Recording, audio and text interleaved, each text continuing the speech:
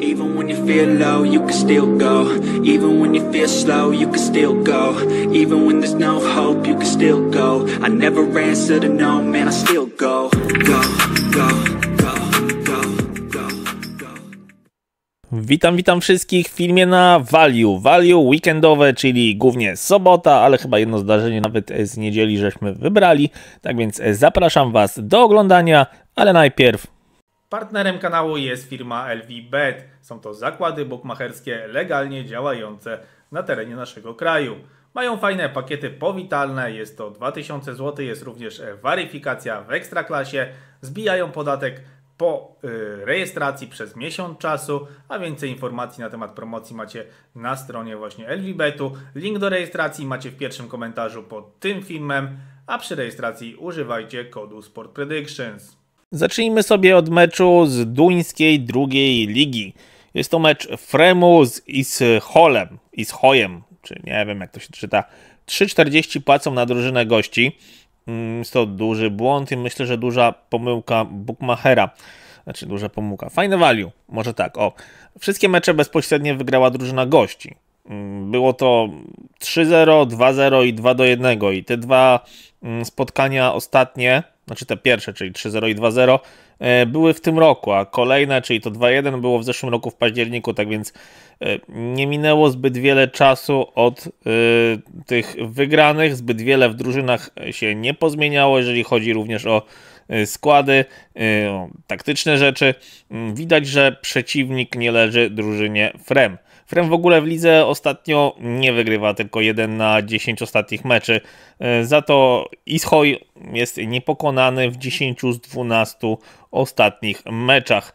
W meczach head to head zdobył przynajmniej 2 bramki przeciwko tej drużynie, więc możemy również oprócz tego ryzykownego kursu ponad 3,40 zagrywać zdobycze bramkowe drużyny gości. Na przykład 1,5 plus lub nawet 2,5 plus. Według mnie Ishoj strzeli 3 bramki, Frem może strzeli 1. Tak więc dla mnie jest to bardzo dobre value nawet, żeby podeprzeć w tą drugą stronę. Tak więc gramy dwójeczkę za 3,40 w Danii drugiej. Kolejnym spotkaniem jest mecz argentyński. Estudiantes Rio Cuarto z Gimnazją Mendozą. Wola Boga. Jest to Argentyna druga liga. Za remis tutaj płacą tylko 2,50. No kurde, mocno prawdopodobny jest ten remis. Ostatnie 4 na 5 meczy head to head to remisy i to było albo 0-0, albo 1-1. W ogóle w tej lidze mało pada bramek, tym bardziej w tych drużynach, które grają teraz ze sobą w ostatnich meczach. Obie drużyny zachowują bardzo z dużą częstotliwością, może tak, o czyste konta. Mocno wchodzi również tendencja underowa, tylko że mecze są po pierwsze nudne, a po drugie no te kursy na undery są mocno niskie. Nie spodziewam się tutaj bramek. W ogóle się nie spodziewam żadnych bramek, tak więc jeżeli miałbym wskazywać jakiś remis, to bym wskazywał remis 0-0. Mimo wszystko remis płatny jest tylko 2,50, ale jest bardzo prawdopodobny, tak więc uderzamy w tą pozycję, jeżeli chodzi o ten mecz.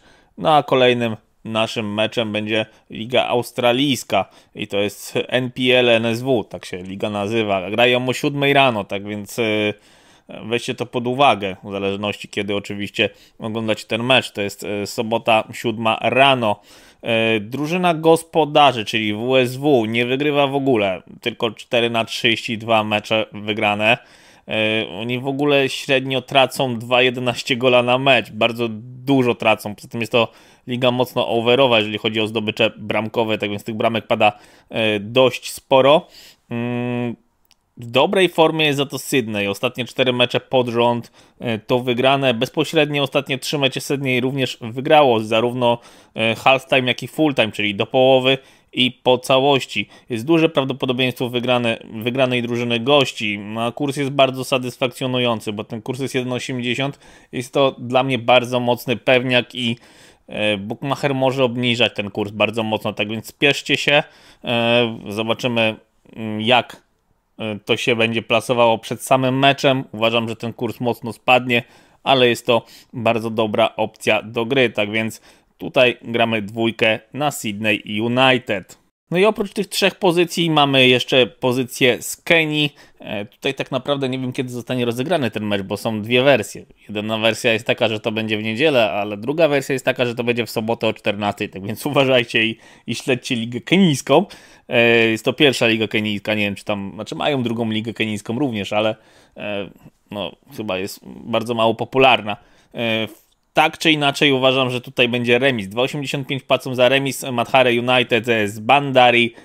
Tam bramki nie powinny paść w ogóle. Takie jest założenie i uważam, że też można było tego undera niższego próbować, bo bardziej tutaj jest koncepcja tego, że to bramka nie padnie, niż że będzie remis, tak więc tutaj prawdopodobieństwo wychodzi bardziej jeszcze w tą stronę mocno skrajną, no ale dla bezpieczeństwa wybierzmy sobie remis za 2,85, gdyby miało to być na przykład 1-1.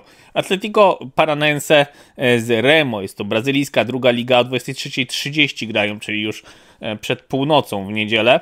3:30 remis. Tutaj wybraliśmy remis, myślę, że to będzie remis bramkowy, remis 1-1. Mocno trenduje tutaj tendencja remisowa z obu stron. No i takie 5 zdarzeń w value na weekendzik chciałem Wam przedstawić. Moi drodzy, zostawcie mi proszę info w komentarzach, czy chcecie, żeby takie filmy z value weekendowym się pojawiały, czy bardziej myśleć nad innymi rozwiązaniami i puścić na przykład serię dzienną.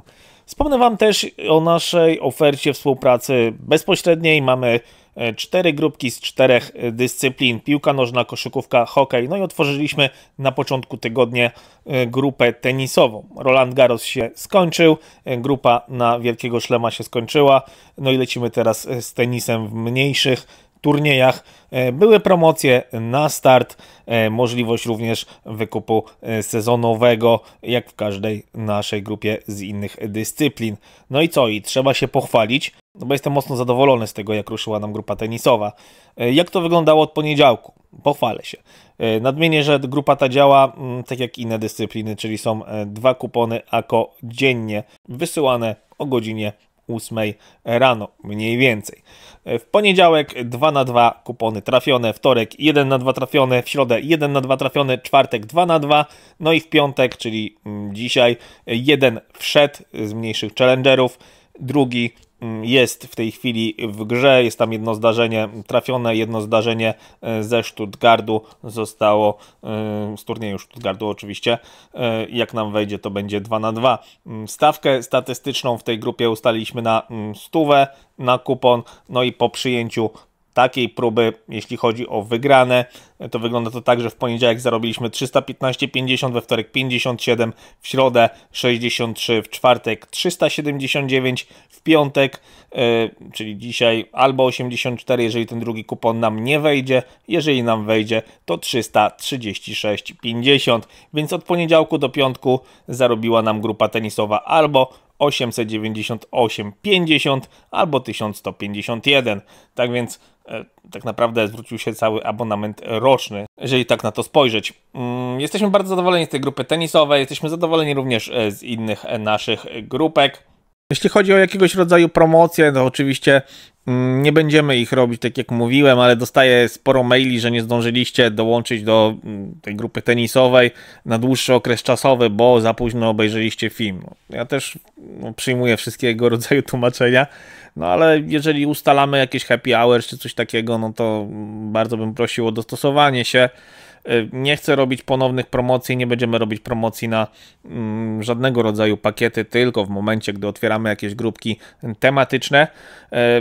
W drodze wyjątku zrobię Wam teraz te happy hours na ten pakiet tenisowy, jeżeli chodzi o ten dłuższy okres czasowy.